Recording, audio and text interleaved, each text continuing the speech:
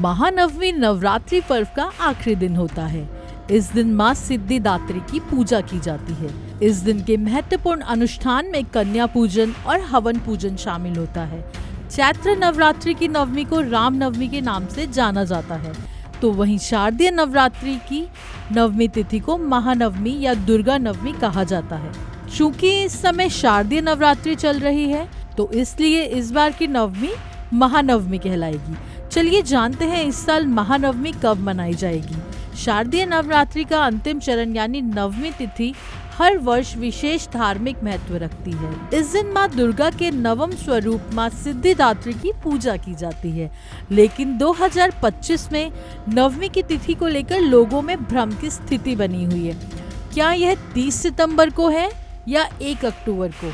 तो चलिए आपको बताते हैं कि इस बार नवमी तिथि 2025 में कब है। नवमी तिथि का प्रारंभ 30 सितंबर 2025 को शाम 6:06 पर शुरू होगा।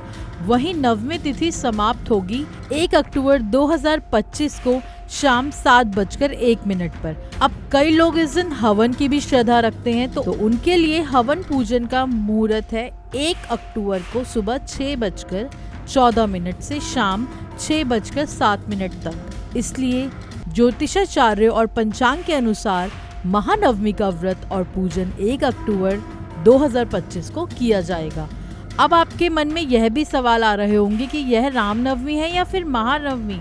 रामनवमी चैत्र नवरात्रि की नवमी तिथि को मनाई जाती है, जो आमतौर पर मार्च अप्रैल में आती है। वहीं महानवमी शारदीय नवरात्रि की नवमी तिथि को मनाई जाती है, जो सितंबर अक्टूबर में होती है। चूँकि ये शारदीय नवरात्रि है, इसलिए 1 अक्टूबर 2025 को महानवमी मनाई जाएगी। अब आपको बताते हैं कि महानवमी पर आपको क्या करना है।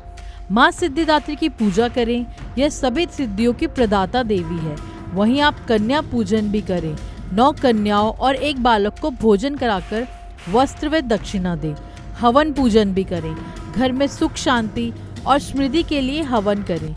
यह दिन नारी शक्ति, भक्ति और आत्मशुद्धि का प्रतीक है। महानवमी पर विधि पूर्वक पूजा करने से पूरी नवरात्रि व्रत का पूर्ण फल प्राप्त होता है। जय माता दी।